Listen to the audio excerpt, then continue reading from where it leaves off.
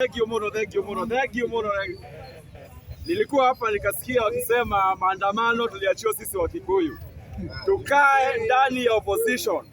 Hiyo kitu hatuwezi, hatujazoea, hatujui, hatujawahi. Hata sasa tumeumia sana baba. Hiyo mwaka mmoja imetutosha. Kwa hivyo mjipange kwa sababu next year nyinyi mnarudi position yenu ya opposition. Maana sisi tutatengeneza serikali. Chairman hapa anaongea.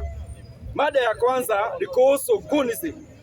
Kuhusu gunism, nyinyi wote mnajua kuku hutoka kwa mayai na mayai hutoka kwa kuku. Ina maana guns ni serikali na serikali ndio guns. Na ndio maana wako na Minister of Guns, Mr. Murkomen. Kila mtu anamjua. Asante. One time. Ya pili, kuhusu Gachagua na mambo ya kujipanga, kuhusu kina Babu Owino na kujipanga na Linda Mwananchi, unafaa ujipange mapema, na ni vizuri vile wanasema kuja na chama yao, ni sawa kabisa, inakubalika kwa sababu mapema ndio best.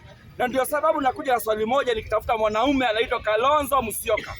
Kalonzo, mahali huko, kumbuka kitu moja. Kalonzo, huwezi kaa kwenye huko umejificha. Linda Mwananchi akina Sifuna wanang'ang'ana na wanaume wakitafuta hiyo kiti.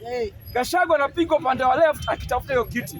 Alafu wewe umenyamaza penye huko ukingoja endorsement. My friend, pole sana.